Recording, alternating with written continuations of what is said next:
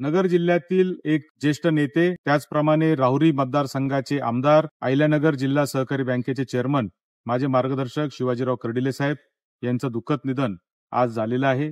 सर्वप्रथम मी त्यांना भावपूर्ण श्रद्धांजली अर्पण करतो. कर्डिले साहेबांच्या परिवाराच्या, त्याचबरोबर त्यांच्या कार्यकर्त्यांच्या, हितचिंतकांच्या, समर्थकांच्या, सगळ्यांच्या परिवाराच्या दुःखात मी सहभागी आहे.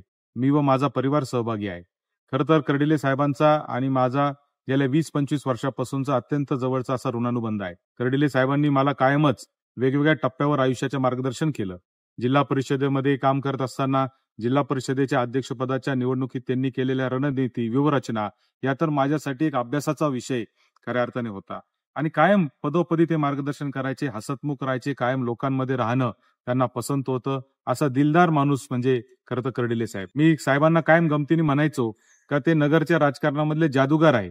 एखादी गोष्ट जी शक्य नाही तिला शक्य करून टाकण्याच्या व्यूहरचना करणं, रणनीती करणं हे त्यांचा हातखंडा होता. आणि म्हणून त्यांच्या जाण्याने नगर जिल्ह्याच्या सामाजिक राजकीय क्षेत्रामध्ये मोठं नुकसान झालेलं आहे. त्यांच्या जाण्याने एक अत्यंत चांगला आणि महत्वाचा असा लोकनेता माणसांमधून गेलेला आहे. मी त्यांना भावपूर्ण श्रद्धांजली अर्पण करतो. त्यांच्या चिरशांती त्यांच्या आत्म्यास लाभो अशी परमेश्वर चरणी प्रार्थना व्यक्त करतो.